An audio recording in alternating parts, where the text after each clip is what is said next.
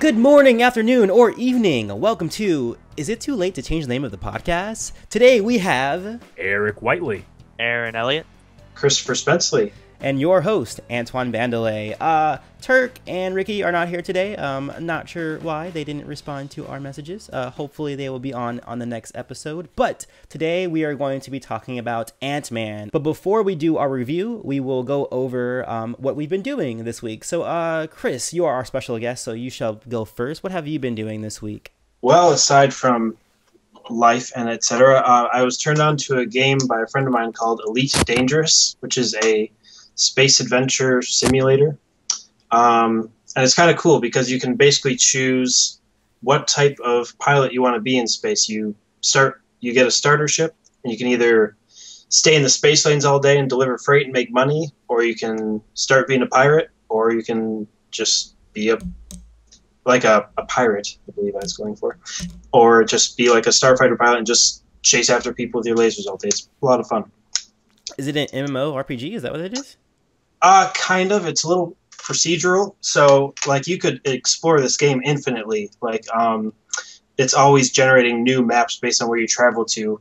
Luckily, my friend directed me to Sol Sector, so I'm sort of using that as a home base and spreading out from there. But yeah, it's kind of a make your own gameplay kind of game. That actually sounds pretty awesome. I'm gonna pretend I know. I'm gonna pretend I know what Sol sectors are. It's the solar system, Aaron. Oh, okay. It's a like a breakdown of it. So hey, yeah. Aaron, you were speaking. What have you been doing that's been geeky this week? Well, I kind of refound League of Legends a little bit. I've been playing that in like Heroes of the Storm, and whenever I'm like just mobile and have nothing else to do, I always hop on Hearthstone. I'm also thinking about maybe starting to do streaming again, because I once did that a while back whenever I played League and a lot of those StarCraft games and a lot of Blizzard stuff actually. But it's kind of about getting back into those. He has a really cool video where he like plays Pokemon with his kid. It was really cool. Speaking of streaming, YouTube now has streaming. I don't know if you guys know that. Like they're doing the Twitch thing now where you can stream your gameplay. I did see that, but I wasn't sure like how it works and if it's like a better interface than like what Twitch already has. Yeah, I don't know either. I just know that you can instantly monetize it now, so that's pretty cool. Oh, sweet. That would be pretty cool. Hey, Eric Whiteley, what geeky stuff have you been doing this week? What geeky stuff haven't I been doing this week? Well, let's see. Put a new reaction up on our reaction channel, Daredevil, which Antoine, you are in. Oh yeah. Had some people mad that we talk during the video, which is weird because they just want us to sit there and go ooh I guess, but whatever. So that stuff happened. What else happened? I just read that Benicio del Toro might be playing a villain in Star Wars Episode 8. That's exciting. Very interesting. Yeah, very interesting. We gotta get through 7 first, guys. Let's pay attention. I know, seriously. No, I want to know. Yeah, that's pretty much it there. For me, I have just finished watching the whole series of rewatching The Legend of. Well, it's in the UK apparently it's called The Legend of Aang, but here it's called The Last Airbender. But I just finished watching that because I'm gearing up to do an Aang versus Korra video for my channel, and I forgot how much I love that series. Like I rewatched the whole thing mostly because I was trying to like capture fight scenes because that's what I do is just the fight scene stuff. But I was like, geez Louise, this like I had like feels happening even though I was like basically skimming through and stuff like that. And yeah, that was good times. It was very good times. I came into that show way late because I was like, oh, this silly kid show, whatever. But then I watched it, I was like, this is a serious show. Just, it's about little kids. Yeah, exactly. It's actually like, it has really good messages in it and has a very compelling and full-fledged characters and a compelling story. I think it was last podcast we talked about how me and Aaron haven't seen it, and we like, well, maybe we'll watch it and we'll put it up on YouTube or something. And we just got flooded with messages like, yes, please. See, people want you to watch that. It's good. It's a very good show. You should do like... I think the opener is it 2 or 3 episodes for the pilot. I believe on Amazon Prime they have it the first 3 episodes separate. Okay, but there are some episodes that are together. I don't know if we would do like the entire thing, but maybe just have somebody like write down what the cool moments are to make sure we're recording for that. The cool moments are the entire thing. Oh, okay, all right, got some work cut out for us in there. There's a lot, but we can watch it. What else we got to do? All right, so we are now going to move into our review of Ant-Man.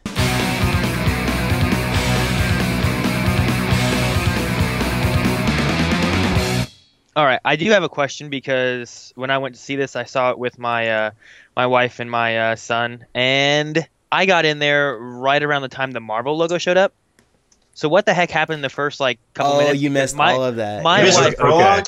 Yeah, how you it was missed the explained to prologue. me is that Hank Pym just said he didn't want to do something. I'm like, oh, okay. She didn't That's say actually to the who. core of.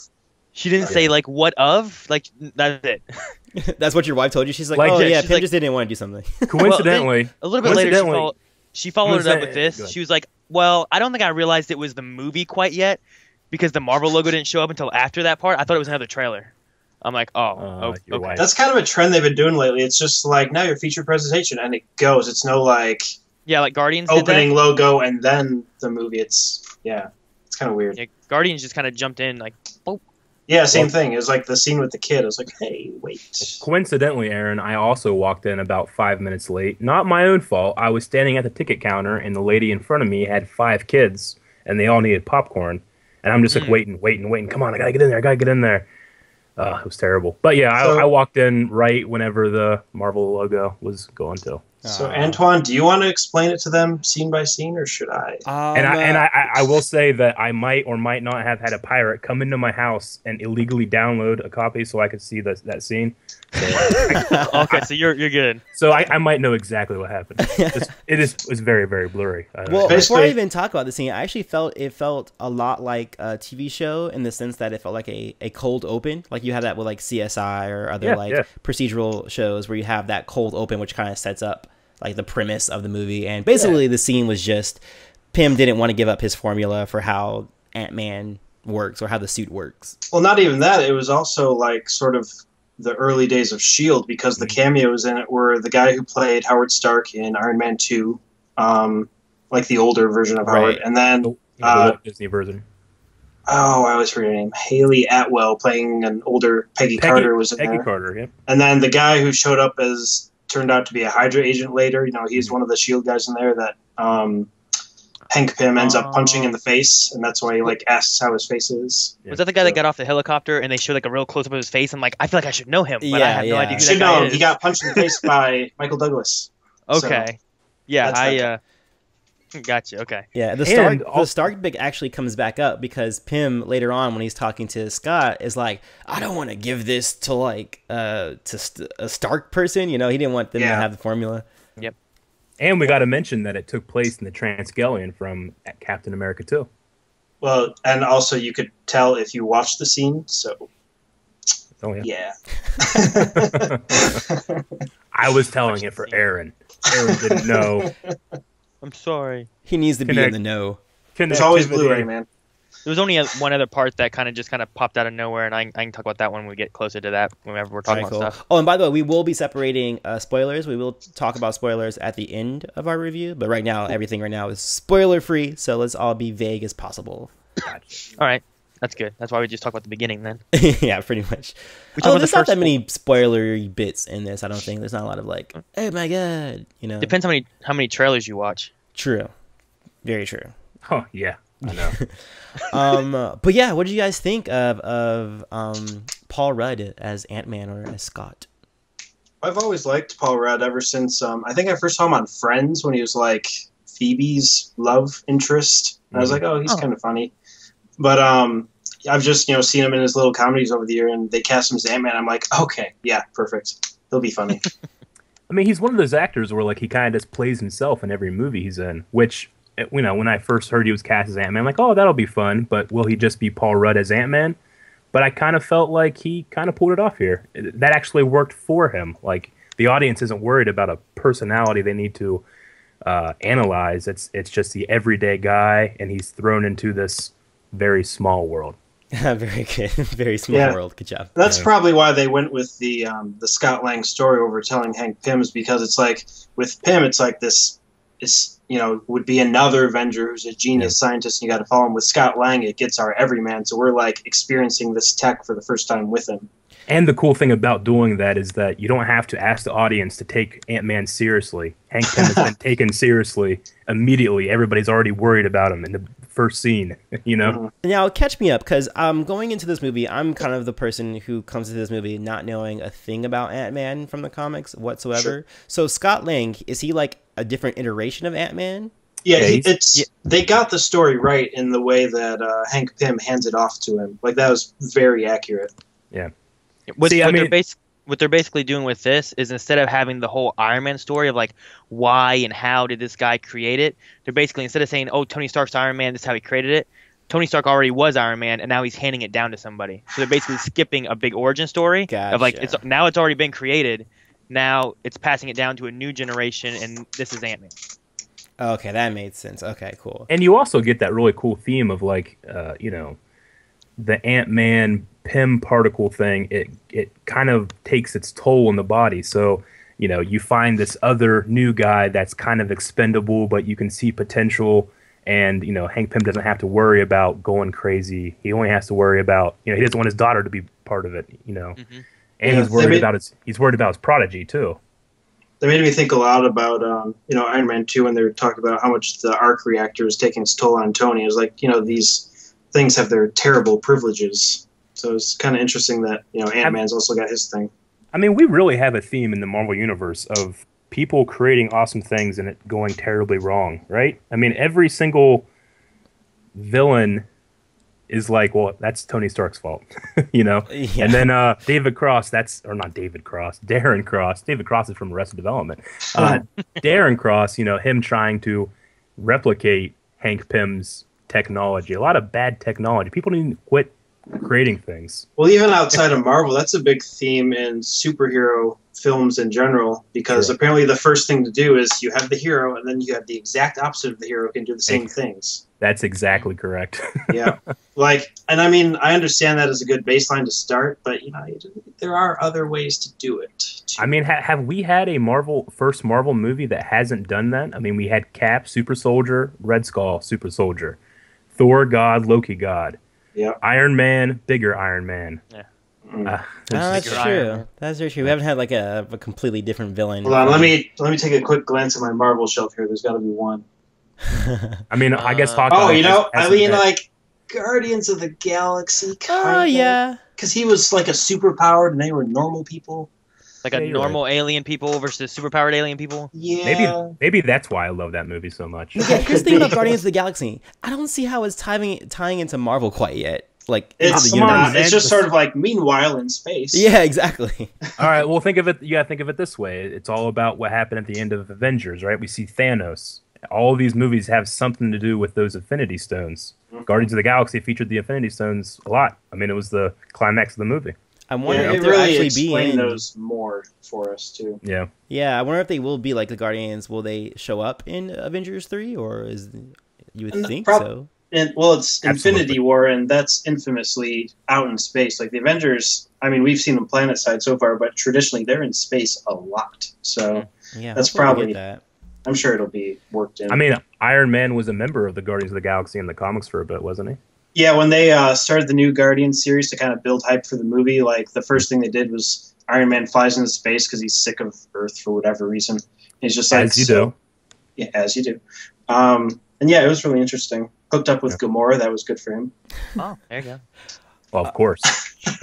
So my introduction to Paul Rudd was in Knocked Up. Yeah, I thought he was kind of funny in that one. He had like some I funny. didn't scenes. realize he was in Knocked Up. Oh yeah, he was husband to what's this? And they had a new movie. They had a This Is 40. Like that was the sequel to Knocked Up, basically, like the fake sequel to it. Yeah, and I found him very comical on that, and I thought it was a good casting choice. But really, the guy who stole the scene from Paul Rudd was Michael Pena, who played Luis. I don't know what his name is. Like every scene that he was in, like even the first scene when he picked him up from prison at the beginning of the movie, like even at that point, I thought he was like the most hilarious character.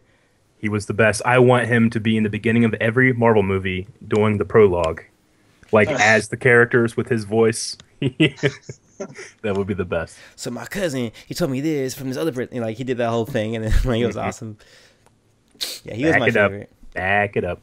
Just back it Oh up. yeah, Just back it up. Okay. We're doing it. Get to the Keep point. backing up. All right. And it had really good comedic timing. I think this movie had a lot of really good comedic timing. Like everybody played off each other very well. Yeah, I thought it had a really great pace. I mean, usually in these movies, you can really see, all right, Act 1, Act 2, Act 3. But in this, like we got towards the end, I'm like, hey, I'm still in this. Yeah, it melded very well. See, no, I had the opposite reaction. I thought this one was kind of a little rapid. It seemed like very bare bones to me. Like, well, here's the story. Good job, guys. Like, I don't know. It didn't have like the extra time to breathe that some of the other entries have had. Oh, I can definitely see how one can say that for sure. I just liked that pace a lot more. Like, just getting through it. I will say it did seem like a very contained story. Like everything pretty much took place in San Francisco, except whenever he went to a place we'll talk about in our spoiler section. Right. My feeling on the pacing wise, a lot of times, especially on origin stories type of things, and this, even though this wasn't fully origin, it was origin with it being the first movie. I felt like pacing wise, it worked really well too. Because a lot of those you get like, well, we need a lot of backstory. We need to know who they are and where they're from and why they're doing this. And it was actually kind of, I thought it was kind of cool because it wasn't necessarily an origin as it was just an introduction. Like Ant-Man is already an established thing and you have to learn about that. You're not going along with the journey, which I kind of think is a fresh take for a Marvel superhero. Well, it's like what the original X-Men did when that came out. It wasn't like, here's the X-Men getting started. It's like, hey, here's Wolverine, meet the X-Men. Yeah. And then later they come in and tell you how they got started. Yeah. First class. And I mean, that's how most movies work, sans origin stories, because it's like, here's this, day, week, year of someone's life. Jump in, see what's happening, figure it out for yourself. Instead of, this is Joe, meet Joe. He learned this when he was 5. Now he's 10, and he learned this. It's like, that's getting a little old. I hope they continue this trend with a certain web crawler we're going to be having back in here. I do really not hope need to that see too. Uncle Ben die again. Yeah, I don't need to see it. But I mean, I've quote-unquote spoiler, we kind of got a little bit of a Spider-Man is already in that. He's already in the universe. Yep, exactly. Oh, the funny story about that is that's an accidental reference. Because, they was just listing like a bunch of superpowers they said, and that was before they even were like, oh, we're going to put Spidey in the MCU. They shot it way before that. Oh, I thought they shot that after. I did hear that. that. I wonder if like they kind of had like the seeds of like, hey, we're talking about it. It's not going through, but let's just throw this in here. I mean, when you're talking about superpowers, what did they say? You said like super strength and something, and a guy who swings, stick on walls. Yeah, guy who swings. When was this? Was this something I missed, or who? This is like the very end, which is kind of, it's not really a spoiler because we're just talking about like what she was saying. Spoiler: Spider-Man's coming. Yeah, yeah. Michael Pena is like talking about how they heroes that he's looking for. I don't know. It's really hard to repeat anything that he said in that movie. It was very wordy. Oh, okay. Whenever he's going through talking about everything that's going on. Yeah. He's like, I know a guy who knows a guy who knows a guy. Yeah. Who's that one? That one. Yeah. Okay. Yeah. I love those sequences because you're right. They go by so quick. You can't like retain the information. But in the moment, you know exactly what he's saying. Right. Yeah. Exactly. No, actually, after when the credits hit, my girlfriend turns to me and she's like, "So wait, what?" Like I didn't explain it. Oh, he's looking for this guy. Okay. Just to finish out what we were talking about with pacing, I think a great way of talking about pacing is, Aaron, you brought your kid. Was he interested the whole time? There was a little bit of sway in the beginning where he wasn't, like, he seemed like he was like, all right, what are we doing? Yeah. But then suddenly he was just kind of like, he was just into it. Like, there was a couple times he just stood up out of his seat and was just standing there, like, kind of like excited, like, oh, what's going on? Is he gonna win, or who's gonna win this fight, or I don't know. Like, he was just excited about what was going on. Oh, look at the ants! And I have a feeling of which scene he got excited about. I have a feeling. Awesome. I do know. I asked what his favorite part was, and his thing is when Peanut fed the ant. Oh my god! That is what he said was his favorite scene. I'm like, what? Really? That's of course. I mean, that was towards the end, so maybe he just. It was just towards the end, so he thought of it. But I mean, he's at the age where you see something like that, and you're like, I want a giant ant. Like, no, you don't. It'll rip you apart. I saw Honey, I Shrunk the Kids. I don't want that in my house. Oh yeah, no, I don't want that either. Speaking of which, this movie was actually quite goofy. Very goofy. Yeah, right? More so than even. I mean, Marvel's always been kind of lighthearted, but this one was really goofy. Well, I think it had to be. How serious? Yeah, how serious can you be about a guy whose superpowers he gets super tiny and then can beat people up and talk to ants? And he's like an ant general.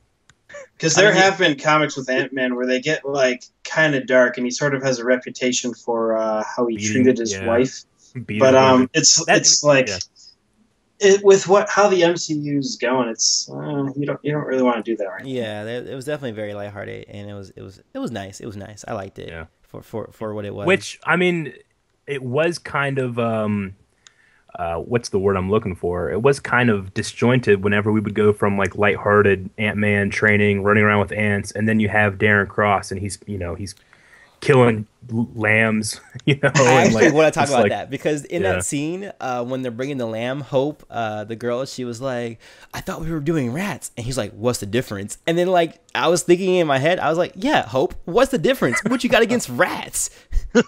Lambs can scream like people. I was like, "What the heck? You have no remorse for rats, but you're okay with the." Well, I was thinking more of like the reason we use lab rats is because they're like biologically similar to humans in terms of stuff. Oh, so it's just like that's what she was insinuating. There is a scientific difference in using one type of animal over the other. That's why they have specific ones. Yeah, I just think it would be really cool to have a really, really tiny lamb. And they had it come in. But I didn't understand that part of the testing because they had the suit and they figured out how to make the suit shrink. But then they couldn't figure out how to make organic material shrink, so they put the organic material in a little box and made it shrink. And they're like, wait, so we have to put it in a box, but you already built the suit, so didn't you know that? Yeah, that was kind of weird. Like, that never made sense. And, I mean, we had what I thought was a literal gun on the mantle. He had, like, a shrinking gun that didn't work, and then that just never came back. Yeah. Yeah, I thought that was kind of weird. Like, where's the shrinking gun? Did you fix that? Oh, I think that just kind of... Was that Pym who had it? No, it was Darren Cross. Remember, he kills the spoilers. Oh, yeah. Spoilers. The guy died. Spoilers. Yeah. I'll bleep that out. But yeah, no, you're totally right. That didn't come up. It didn't come back at all. I thought, like, will his suit have some kind of, like, shrinking gun, kind of like how Ant-Man has his disc? Shrinking disc, but it never came back. Those little arms were just lasers, weren't they? So. It was totally just Doc Ock inspired, I guess. Blame it on the rushed production rewrites. Yeah, because they had the whole thing with Edgar Wright. We should. Yeah, that is one thing to talk about. I mean, I saw a lot of Edgar Wright in this movie. Yeah. Oh yeah, the energy of the movie was definitely Edgar Wright. The lightheartedness, yeah. Yeah. Like the I don't want to talk about spoilers yet, so a lot of Edgar Wright. But you'll get to it. Yeah, like Edgar Wright. We'll get to it. He was in here. Because he was into it pretty far into it, right? Like they were. He's been in it for like years. Was he shooting at that point, or was he just about to shoot? No, he was just. It was development hell. They didn't know what they were doing with the MCU. He was like, "I really want to do Ant-Man, guys, because we've seen what he's done. We understand how he's going to have some fun with this." Yeah. Now there was a Comic-Con leak of like a short fight sequence he had developed before they started filming, which was kind of replicated. It was in the movie. In the movie. Oh, really? Pretty darn close, yeah. Mm-hmm. Yeah, it was when he was fighting the security guards. That was sometime during like phase 1 or 2 that leaked out. I'm not sure when they made it. Yeah. Yeah, that was just a screen test. And to talk about phase 2, we had another person lose an arm. Who lost an arm? You guys arm? notice that? Wait, I'm trying to think about it. Spoilers. Yeah, I know. I'm trying to think of it. I'm going to say it anyway. To the end, whenever he's getting shrunken and killed, he loses his right arm first. And then the rest of his body goes.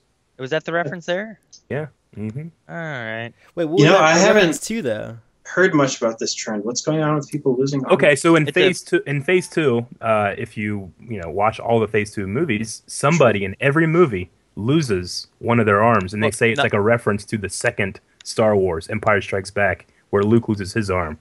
Oh, so if you watch every single one, in Avengers, Ulysses Claw lost his arm.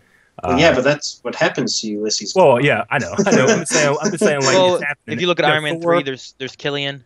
Yep, Killian loses his arm. Also there's one that happens. But Killian's arm grows back. Come on, guys. Well, yeah, but it happens. He's like, yeah, but it happens. There's also even Agents of S.H.I.E.L.D. has it happen in theirs. Yep. And then Thor loses, quote unquote, his arm with Loki's thing too. And that, if you think about it, at the end of Empire, Luke's hand does grow back too. Oh, yeah, technically. Yeah.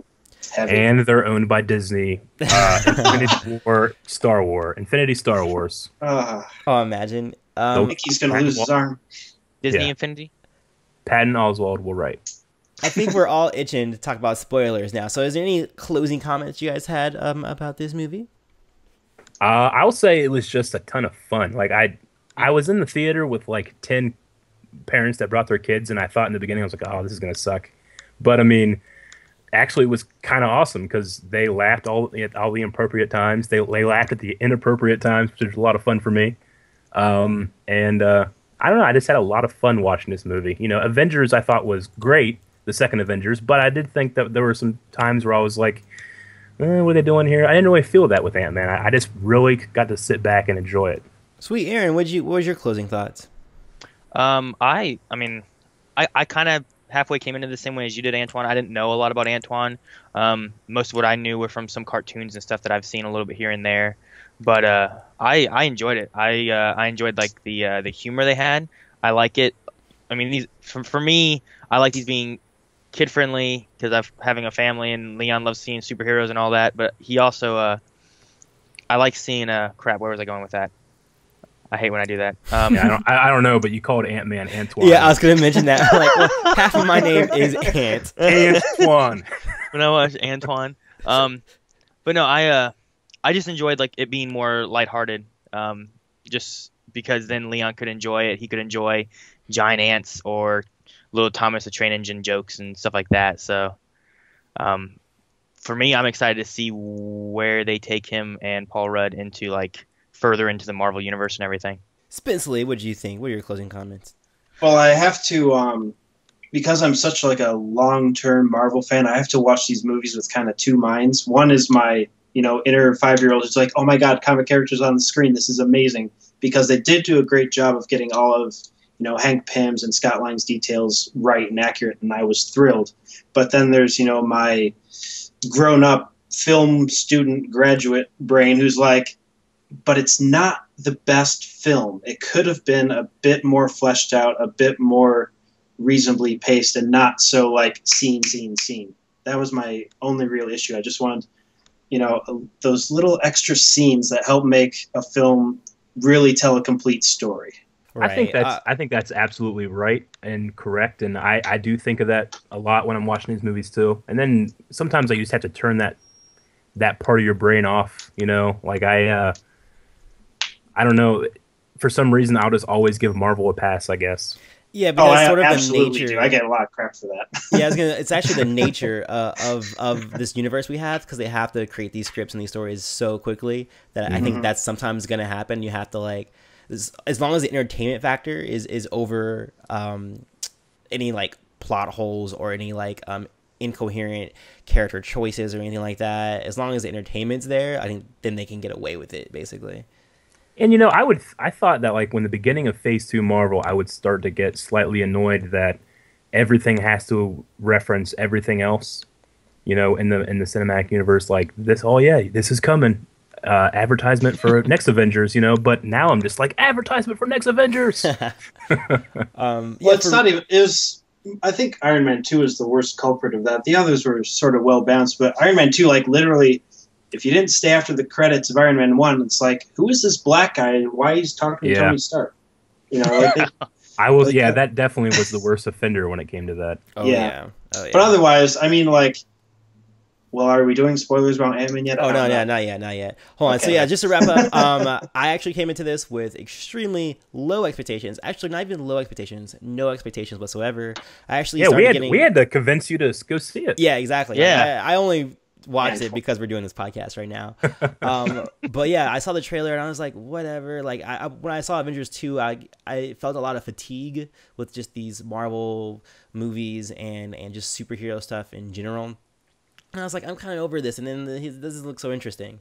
And also, not a slight against Ant-Man at all, because I actually liked it. But my favorite part of the movie was when the teaser for Star Wars came up and about 25% of the theater cheered. And I was like, yes, people are excited. And I got excited with them. But then I went into the movie and it was just extremely fun. And it was extremely exciting. And the scenes, especially with Scott Lang and his little crew were probably the most entertaining for me, and even his interactions with Hope I felt was actually pretty good, including how their relationship progresses and grows. It was both very endearing, and also they had like a cool little play with each other. But yeah, it was just a really good time, and I wasn't expecting that. I was actually really expecting just to not like it and be like, this is whatever. It's what I thought it was going to be. I have fatigue and I don't want to watch this anymore. But it was actually okay. The last thing I'll say that it's not really spoilerific is that I'm glad they didn't try to push a romance story on me too much. No, and we'll talk about that in spoilers because I actually want to talk about that. We will. Let's do that. All right, cool. We are moving on to spoilers.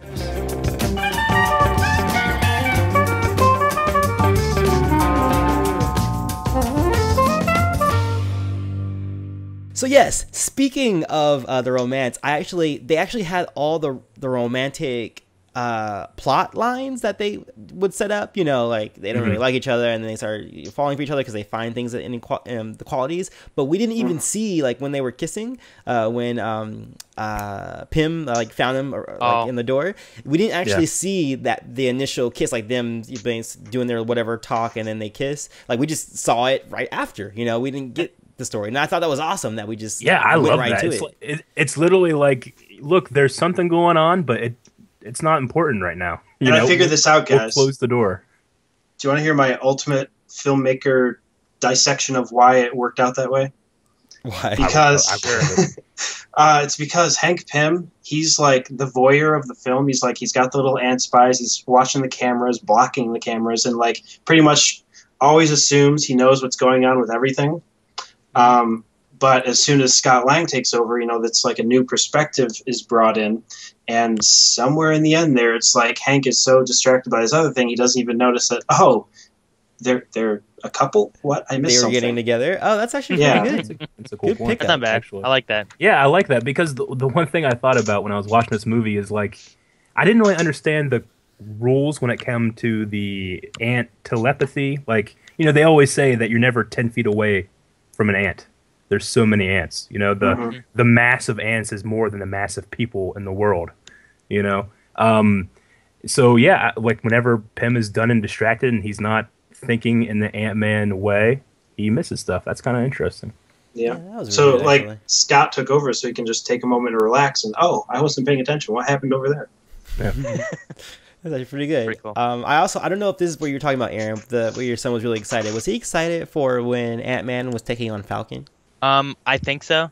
Okay, because that for me that was really cool too. Just watching. I'm trying to remember when it was, and I know he remembered Falcon, because we've seen some of the other Marvel movies and stuff, and he also has that character for his Disney Infinity. Nice. Now, I enjoyed that. However, right before that happened, he was training, right? Yeah. I was told to go get a refill of Oh, popcorn and drink. no. And I'm like, he's training. It won't be a big deal. I'll come back and he'll be doing something else. And I come back and he's standing there talking to Falcon. I'm like, what the hell? I'm gone for 2 minutes and Falcon shows up. I'm like, what? I didn't even... Like, I didn't watch a whole lot of the trailers. I saw some stuff. I didn't remember seeing Falcon in the trailers. And I was like, No, what? he wasn't. It was a real surprise. Actually, in It my only, theater... the info about Falcon being in it only leaked like a couple days before the movie came out. I was actually so mad that I watched one commercial that had a split second of Falcon. I'm like, what? Yeah. Why?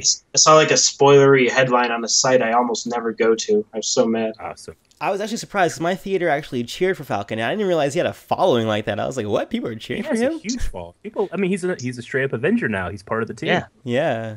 So Everyone saw Ultron, so since I missed that, was the new Avenger base, right? Yes. It was, That yeah. that Is that was where he actually went to? revealed in Avengers 2 at the end. Yeah, it had a really Yeah. cool intro, Aaron, too, because you don't know exactly where he's going But until I he's picked it up. coming down. When I saw the clouds parting, and even before the building like parted to show like the Avengers logo, I was like, "Hey, that's the spot. That's the spot." And then they revealed, and I was like, "I knew it." Yeah, that was really cool too because it had that very small, like 5-note dun dun dun dun. Oh, It yeah, it showed did. it the Avengers Yeah. theme. It was really cool. Like the audience cheered when that happened. That's how powerful this Yeah, I know. Marvel marketing is. 5 seconds of elation because you see a building. I will say that I enjoyed that fight a lot. The one thing I thought was kind of weird is how he always was able to just look through his goggles and just find where Ant-Man was all of a sudden. Like, I can understand if he could zoom in with that, but like he just found him right away. Well, I mean, he didn't have, motion tracking really have or to something, look. I'm sure. well, yeah, we got to remember now that this new Avengers, it's been confirmed this was an old Stark facility, so Stark is probably funding it. He's probably upgrading everybody's suits, so that's that little heads up display probably has some Iron Man technology that can do that kind of stuff. I guess Falcon flying around with those wings and his hands tied up with the guns. He probably needs some sort of tracking in those goggles. Yeah, So and Yeah, sure, to be is- precise. that's the thing about Birds of Prey. They have amazing eyesight. True. Good point. Good point. I actually like the way the fight ended on both ends, on Falcon's end and Ant-Man, because of course, Falcon's like, never tell Captain about this, and then Yeah. like when we see Scott again, he's like, guys, can we talk for a second? How I fought an Avenger and didn't die? Yeah, that was awesome. I point. actually loved that they chose Falcon because he's also kind of that everyman brought into a larger universe, and I Yeah. love that they're kind of like, we're both kind of new at this. If he was fighting Captain America or Thor or something like that, I'd be like, okay, he wouldn't be able to take him like that. But Right. it was really interesting seeing that fight, which I gotta say, I loved the way they did it. I loved the shrinking to big, size and then doing all that kind of stuff. climbing up into his suit and all that. Yeah. And it's Yeah. interesting that they Right. also have the same color scheme. I was wondering if that was part of it. Oh yeah, you're They right. totally do. I didn't even think about that actually. Hmm That's I really also true. thought it was kind of weird that he just straight up tried to just gun this guy down. Yeah. Like, I'm gonna kill you. That actually, that's the one thing that really bugs me about Falcon. It's like, for Winter Soldier, it made sense that he had a couple of Uzis, whatever, it's old shield tech, but I'm like, Falcon does not just have guns. He's got like these fancy wings with these things that shoot out of him, Mhm. and it's, I don't know, I don't really like that aspect of what they're doing with him right now. I think we'll see an evolution of that over time. Hmm We'll see. Yeah, I hope so too. Yeah. Oh, there's actually that- a rumor right now that Ant-Man 2 might be a straight to Netflix movie. What? I Yeah. didn't hear that. It's a Oh no, they're doing the Disney direct video. Yeah, basically. So I was like, what? Okay. We all saw And- Aladdin too. We know how this is going to end. That just sounds strange because it's like, didn't this thing make, how much money did this make? Like $50 million? Yeah, in the first, which is actually the lowest since The Incredible Hulk. Yeah, it, but I mean, that's nothing to blow your nose at. It's still Right. $50 million, Yeah. I don't know it if was you get lower that than with they Netflix. expected, though. They were aiming for like 60, is what I read. Yeah. Yeah, but they're doing well worldwide though. It's made like 100 plus worldwide Yeah. so far. So I think that it had to reach a general audience when you have a movie called Ant-Man, you got to have a grassroots like, no, trust me, it's good. So Yeah, we'll right. see. Well, that's people like me who've read this stuff, and you're like, trust me, he's cool. Just go see it, guys. yeah, I was like, this guy is whatever. Like even when they announced it the first time, like when Edgar Wright was still attached to it, I was like, I'm not interested. I'm mean- kind of at the point now with them where I'm in with Marvel. Like Guardians of the Galaxy, after watching that, with having absolutely no idea what it was really about. Like I didn't know there's a tree, a raccoon, some green chick, and a human guy. I'm like, all Yeah. right, whatever, and I And loved it. it's So it's like wonder- watching Ant-Man, yeah, is the same kind of idea of like, what is this? it's wonderful because Marvel started out with all of their hugest properties being owned by somebody else when it comes to film rights. So they're like, all right, well, we got Iron Man. Does anybody like Iron Man? They're like, well, let's try it out. Let's give it to this guy. And everybody loved it. So now they can just quote unquote scrape the bottom of the hero barrel and come out with just gold. That's and true. everybody's going to love it because they've already loved what they've done. And if you miss this, you'll miss everything. And it's perfect marketing. Yeah, aside from Thor, there's hardly anything Marvel that I don't like. You didn't like Thor? No, I like Thor. Thor I was Like- very okay with As- the first one, and Okay. then the second one I didn't really care for. I felt like the Oh, so second like one Thor. kind of, You- yeah. Wait, so you mean Thor as a whole, like just not just like the first one, like all of it? No, like Thor the character I enjoy, but his standalone movies, like the first one I was just okay, I think it was okay, and then the second one I just didn't care for at all. I do kind of feel like Thor 2 suffered from what a lot of standalone Marvel movies suffer from, is kind of a lackluster villain. I mean, is Elf. Yeah, I was like, kind of, what was the point of the Dark Elves? Yeah. Like, at the end of the movie, I felt that, too. Yeah. Yeah, speaking also this one, I thought the villain in this one wasn't super strong either in terms Oh, of any character God. development. That was probably That the was biggest the- point of this movie. He's Yeah, kind of like I was another gonna say. Ironmonger. Is that right? Ironmonger, yeah. He kind of reminds me of that, the same kind of thing. Like someone Well- taking over Hank Pym. He's taking over Hank Pym's, company, which is what the other guy was trying to do. And he made a suit that was basically like Ant-Man, but supposedly better. And then they fought each other.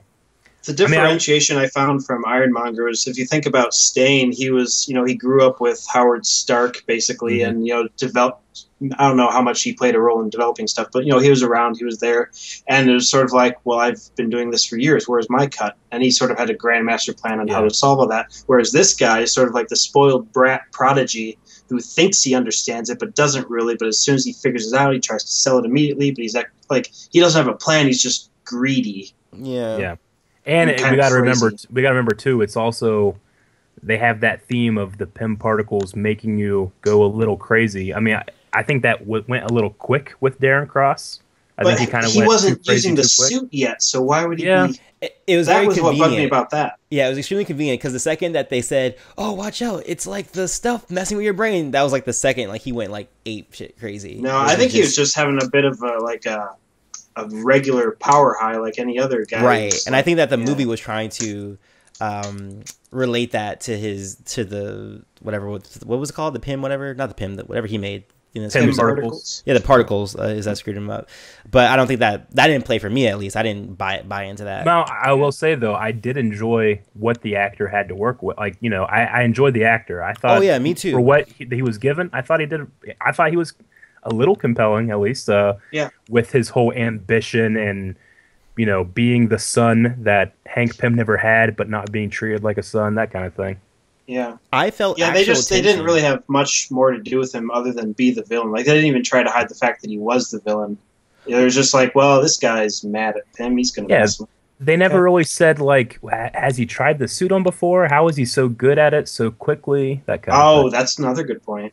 Yeah. At the end of the movie, when he comes over to Pym's house, did anyone else feel that tension? I felt a lot of tension. Oh, yeah. Mhm. Like, Yeah. and I think that presence there was really good in that scene. And I was like, oh shoot, I really felt like Pym was in danger at that point because like we know how crazy this guy was. I thought he had his little particle gun or whatever to like turn him into goo, which is Sure. apparently what he was gonna do at the end of the movie. He reveals like, oh yeah, I came over there to kill him, but then you were Yeah. there, Hope. I really enjoyed the reversal of theme of you have to hide in the closet from the monster. The monster's not in the closet. I thought that was kind of Oh yeah, interesting. yeah, with the little girl. Yeah. Yeah, that was very pretty. That Who whole I fight thought- scene in that room was pretty cool. It was so cool. Can we talk about the small world? Because that was amazing. What do they call that officially? The atomic world, or Oh, you mean where he's oh, freaking when in he, the uh, yeah? I thought the visuals of that were just so cool. I loved it. Mhm. And then they just It really sapped made all me the think sound about away. like Interstellar by comparison. Hmm. Yeah, Yeah, he's like And, in the spaces between atoms, basically, right? Like yeah, that was Yeah, really that's cool. how small he gets. Pretty I much. mean, that was he was still in that room. I mean, I know they talked about how I know they definitely called it a realm. I picked that up. It's like what was the Quantum, exact something quantum. Yeah, quantum realm. I think is what it was. Yep. I thought that was interesting that all that stuff is happening and you can be lost in your daughter's room. you know, forever That was in really the cool. most minute way. Yeah, Now- and it was kind of cool how he got out of it too. I thought that was rather clever. Yeah, Yeah. that actually paid off really well. Now I don't know if you guys have looked anything up, but apparently the director said there's a shadowy figure that can be seen in the atomic realm. That Is it Galactus? Well, people were saying, yeah. Some people were saying that it's Janet Van Dyke, maybe. Some people were saying it's Why would Doctor she be in Strange. the girl's room though? Well, that's the thing. They did say that this realm messes with space and time, Right, so it's an alternate. Okay. and which All right, they all right. actually talk about, because you hear things in that realm that happen right after he comes out of the realm. With I think there was like a line that he's like hearing his daughter scream, and then when he Right. comes out of it, he hears it say the same scream. So it does kind of mess with time a little bit there. But when I'm thinking of the shadowy figure, I'm thinking Doctor Strange, maybe. I don't know. I mean, sure. I mean, Yeah. there's really nothing like I saw in there that jumped out at me like that. Like Doctor Strange is the weird mystical one, but what's he doing in the tiny realm also? Well, So- yeah, this was a thing that I came home and heard about and just endlessly read fan theories, and one that I felt was really cool, and Chris, you'll probably like this, is as you supposedly see this shadowy figure, Hank Pym is saying eternity, eternity, eternity, and there's the entity eternity in the cosmic Marvel.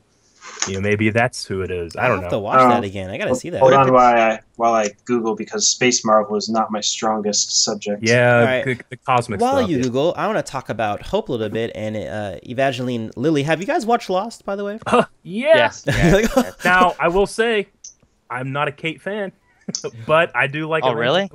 Actually, well, that might be a separate podcast, but I think I might be in agreement with you on that one. Like, I liked Evangeline Lilly as Kate, but yeah, Kate herself, there was something off about her that I never liked. But anyway, that's off topic. Now, Antoine, I will say real quick, and Aaron can back me up on this. I am obsessed with Lost, and I will defend Lost to the death, especially the ending. So the yeah, ending we can talk doesn't all make about. We can talk all. sense. About. That's definitely gonna be a separate podcast for sure. But yeah, I only saw I only saw the the first half of the first season of Lost, because then I switched course schedules in college, so just never caught up.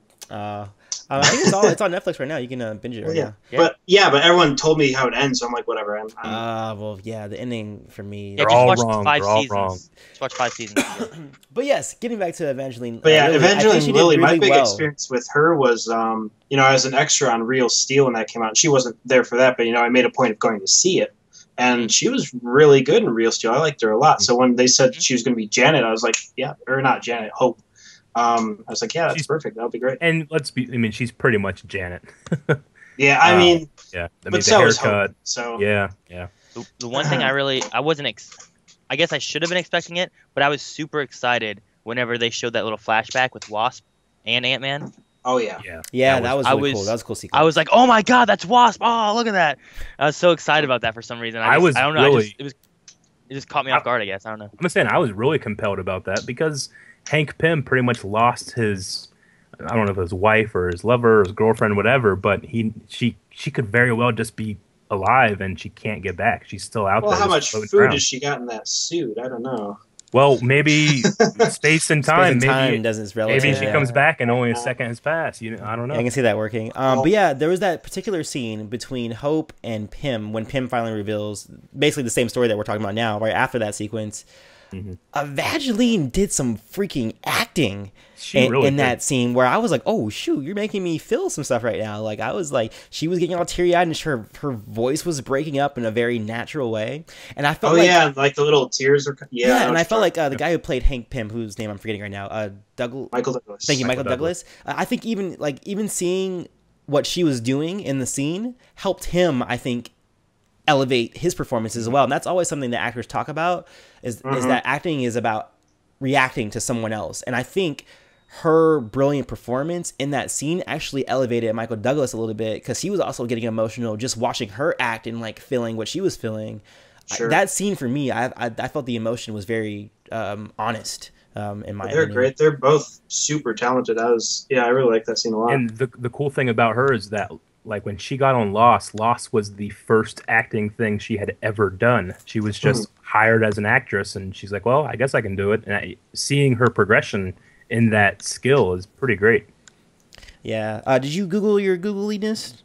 I sort of recognize this character. This is just aspects of Marvel I'm not keen on. Yeah, it's one of those things where it's like Thanos is in love with death and he's courting death, and then there's eternity. That's not what eternity is, though. Well, no, I mean like the idea of the cosmic giant characters, Galactus, and all that kind of stuff. I've always been confused by that. Yeah, they're sort of breaking it down for Guardians and whatnot. Like, I'm still amazed that we've heard the word Kree uttered in a live-action film. And in Agents of S.H.I.E.L.D. I don't know if you guys have been watching, but there are Kree in Agents of S.H.I.E.L.D. It's awesome. I just started season 2. I'll get there. You'll get there. All right, cool. So I think we have we've been going on for a few minutes. So does anyone want to add anything or wrap up on our review of Ant-Man? I do have some Marvel fun info for you. On the scene we were talking about with the flashback of Ant-Man and Wasp, I'm not sure what happens to those two characters in their comic continuity, but that bit on the rocket where, Ant-Man's trying to stop it and basically his sidekick has to jump in and blow it up and it saves him but stops the rocket. That is the original way that Bucky is killed from Captain America. They both kind of catch their arm on this rocket, and Bucky's like, well, I got to do this. And Cap gets blown away and he gets frozen in the ice, not with a plane or anything. He just drops into the Arctic. So I was wondering if that was sort of like an homage to the original of that, or if there's something about Ant-Man and Wasp's history that I'm not aware of. I have no idea about that one. I'm not sure on that either. Well, the thing I'd like to talk about is, I mean, let's talk about the final scene, the stinger at the end of the credits. What did you guys think of seeing Bucky Barnes already? I missed that part because I thought the mid-credit scene was all there was. Oh, no. You should know better. This I is was why with I make it a people. point. They left. I make it a point. I'm like, I sit through the entire credits. Even Eric's sitting next to me. He's like, hey, I Googled it. There's only one scene. I always We're look leaving. it up, And I'm like, at least. no, we are sitting through the entire credits. He's like, no, we got to go. I'm like, no, we're This sitting. is the only one I've missed ever. I'm so mad at myself. I It- thought it it was wasn't- set up for Civil War, though. I'm really Yeah. looking forward to Civil War. Which apparently this is footage from Civil War. It's not. Oh, Yeah, this You is know what? actually That takes made place sense to me. midway through. because when Yeah. I was Is that a- watching it, I was like, this is really well done for a stinger. Uh-huh. So it was, let's see, it was Captain America and Falcon, and they Yep. had Bucky. Right. They And had then Winter they weren't. Soldier They were and- talking about trying to get a hold of who. Well, who were his they trying to arm get was stuck. His mechanical arm is stuck in some kind of machine, right? And they Okay. say, well, let's bring Stark in or something like that. And Falcon's like, no, I know a guy. And then it said immediately, Ant-Man will return. Oh, he's probably gonna like go into his arm, fix it, Yeah. get him out, and then Civil War. Which Scott does have a degree in electrical engineering, so that's a thing. By the way, spoiler on Civil War. If you guys haven't read it, do you guys think they're gonna kill off Captain America in that movie? Yes. I think they absolutely. should, It could. I mean, If they they're don't, bri- I'll be upset. because that's the They whole brought- point of it. I'm not the whole point of it, but that is Well, No. a big That's impact. the finale of Civil War, and that was the whole big deal, is that Captain America gets killed for defending his country. yeah, Like, that was and the whole climax. in Cap 2, they really pushed the guy that's going to play Crossbones. And as we know, Crossbones is involved with Mhm. that. That So also. and we know Crossbones is in Civil War. So I think it's going to happen, but I don't know. I wonder what they'll I think do. it's the Gwen Stacy question all over again. Everyone knows they're going to do it. It's just like they're afraid to ask. Right. Yeah. But the thing is, you know, when comparing to Gwen Stacy, is Gwen Stacy doesn't come back. I mean, it does. Chris Yeah, Evans you didn't have read the future? Clone Saga. Then. Well, I know. I by choice sometimes, but you know, we knew that, you know, Cap went into that alternate 1402 universe thingy. I Well, don't there's know. also, remember Incredible Hulk, and I forget what's his face, the other guy who got injected with the super soldier serum.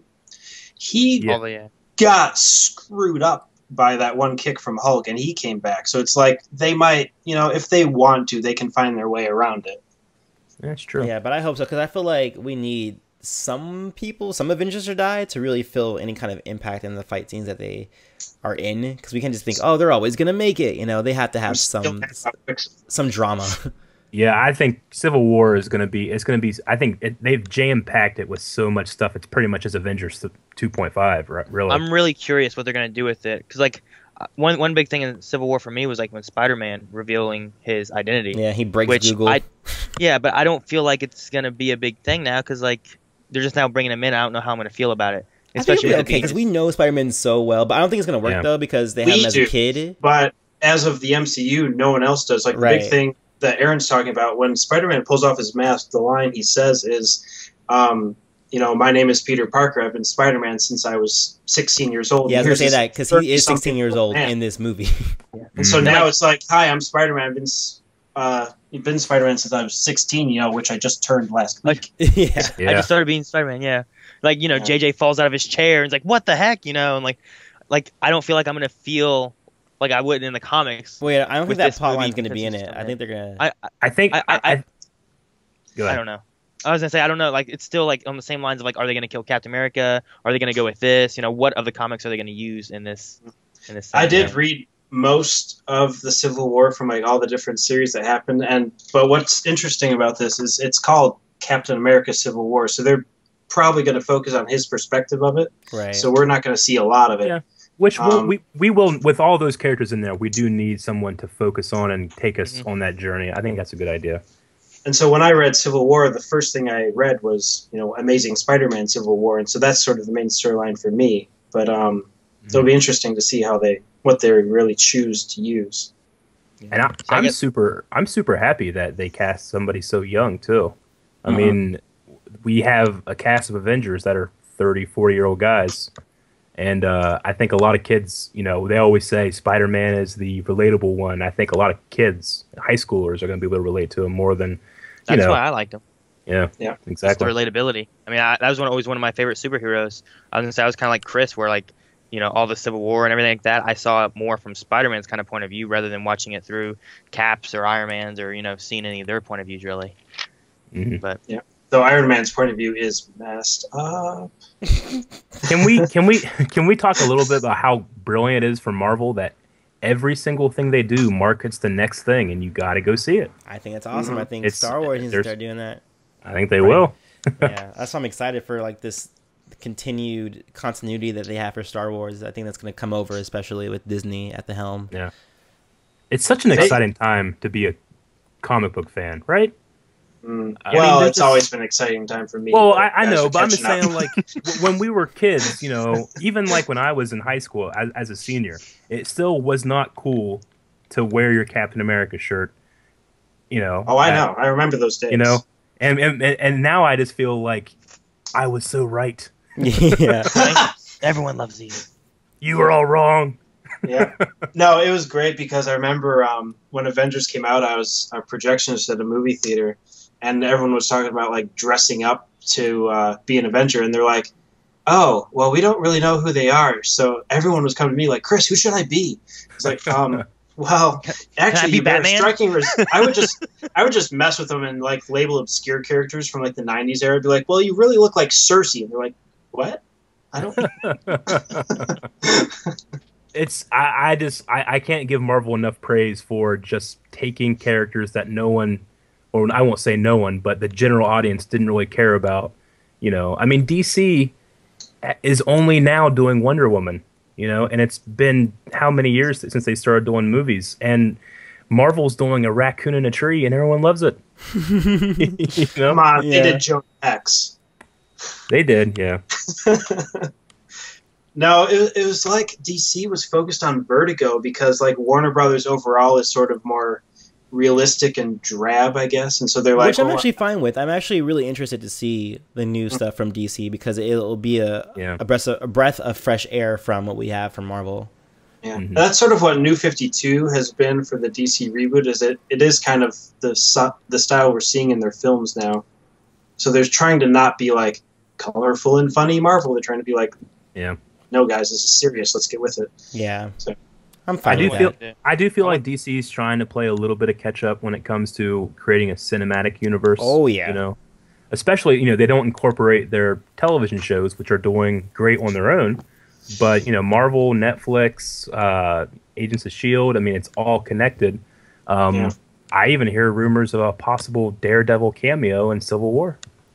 We'll see. That would be incredible. I would love There's that. one moment in like the Iron Man Civil War that rocks my world.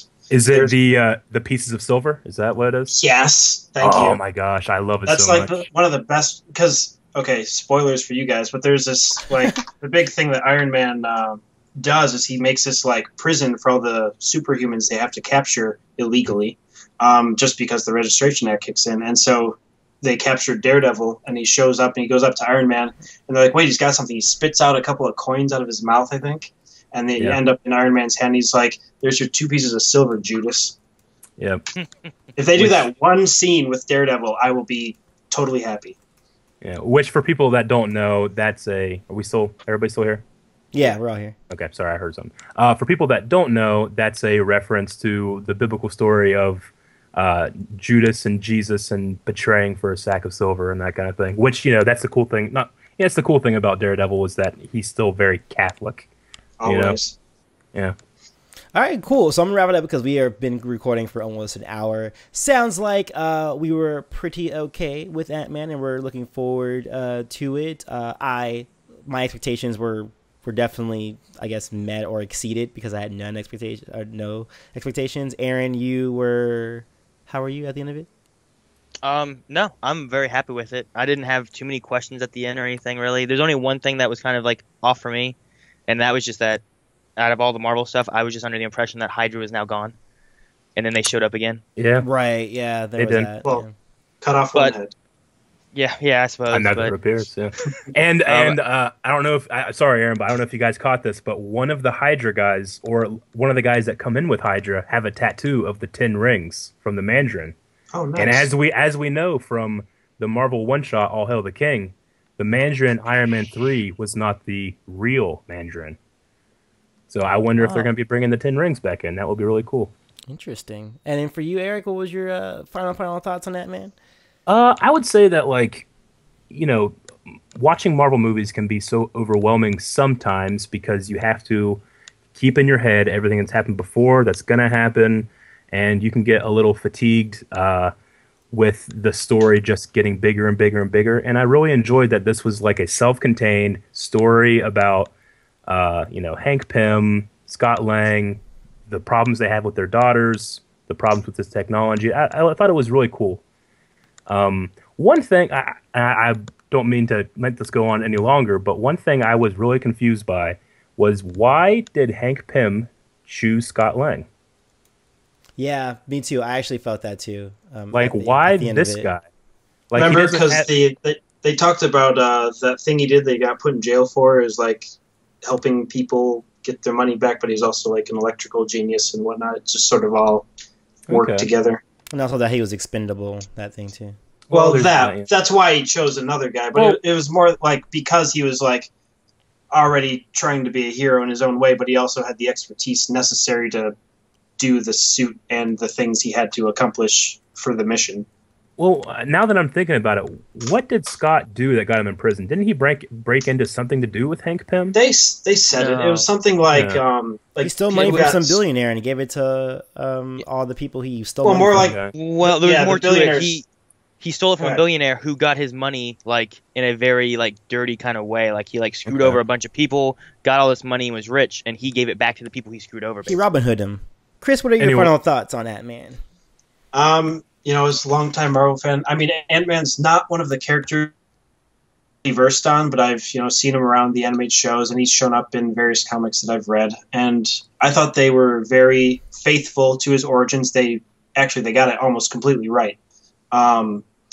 But my only problem with the film itself is that it's yet another origin story with yet another formula we've seen a number of times now.